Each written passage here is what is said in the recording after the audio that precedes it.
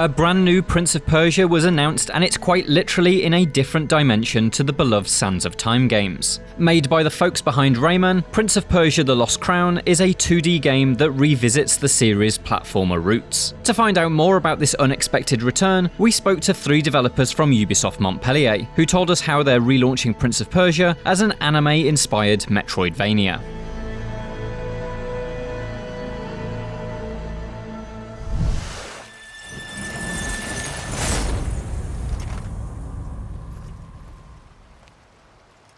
We are not welcome here.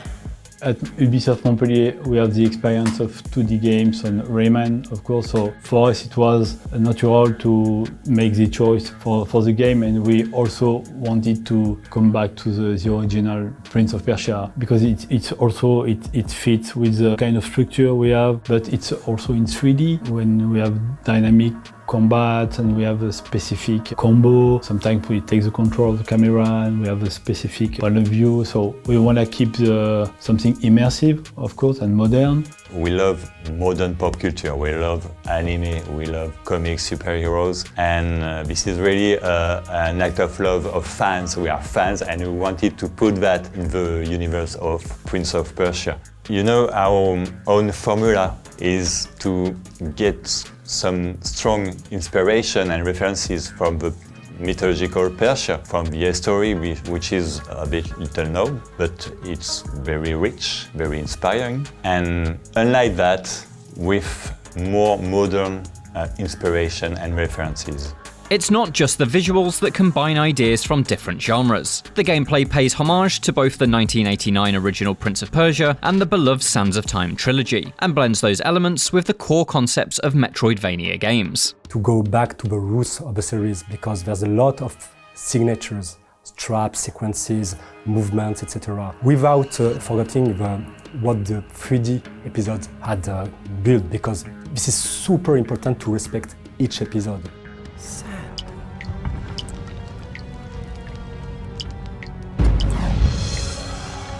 Players that play the original game will find in some areas this feeling of the Arabian Nights, big palace, open areas, and with a nice landscape and everything, but also, like in the first Prince of Persia, some place with a lot of traps, small corridors with traps and things that are sometimes difficult to anticipate. And we have a lot of gameplay sequences that are cameo to the first Prince of Persia, of course. For the Metroidvania elements, Ubisoft wanted to pull on all the classics of the genre: an interconnected map, challenging combat, and powers that unlock new opportunities. Our purpose was to capture this feeling of isolation, this feeling to have a black box and to be smart. We have a lot of rewards and shortcuts. We tease the player to come back with new abilities, because a very important thing in this kind of structure is very important when you come back to have the ability to pass through a fight easily, to access to treasures that was not accessible previously. In traditional form for Prince of Persia, you have the power to manipulate time. For example, you can create a shadow marker and rewind back to it, so you can pull yourself out of danger at the last moment. Or you can speed yourself up and dash through hazards. As cool as these are though, they are purposefully very different to the Sands of Time powers that you may remember. We are toying with time theme, and this is not a prequel. When we begin to think about this new chapter, so Prince of Persia: The Lost Crown, it was very important to try to twist all those things. So something like simple ideas. Imagine that the time powers are back, the one that you know from the trilogy, but this time they won't be in your hand.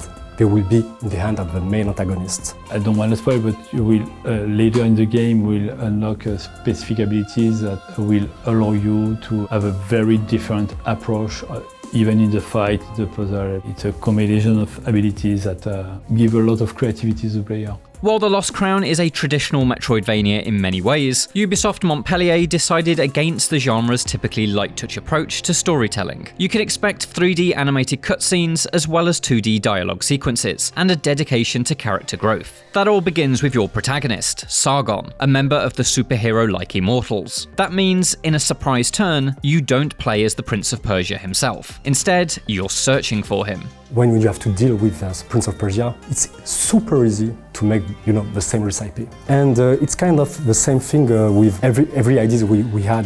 I talked about simple ideas. It was like, this time you won't play the prince, you won't be alone, you'll be part of a group. Why we did that? It was to, this time, create a closer connection with the player. I think we don't have so much prince in our audiences. We wanted to be sure that every player feel a connection with Sargon. That was super important to create a story that allow the player to grow with Sargon. This is a coming-of-age story because we took a lot of inspiration from animes. We didn't want to play as, let's say, Son Goku, but Vegeta. It was a matter of making him grow all along this journey. And Vegeta cannot be, he's a prince, of course, but we wanted to have someone more, you know, rough. We took a lot of inspiration from Miyamoto Musashi, his story, because this is a journey for Sargon to understand why does it mean to be strong. With Sargon effectively being an anime hero, it was important to convey his power through the game's visuals. And so Ubisoft Montpellier studied numerous art forms, from anime to comic books to street art, to inform how Sargon looks when he fights. When Sargon, our main character, unleashes his superpower,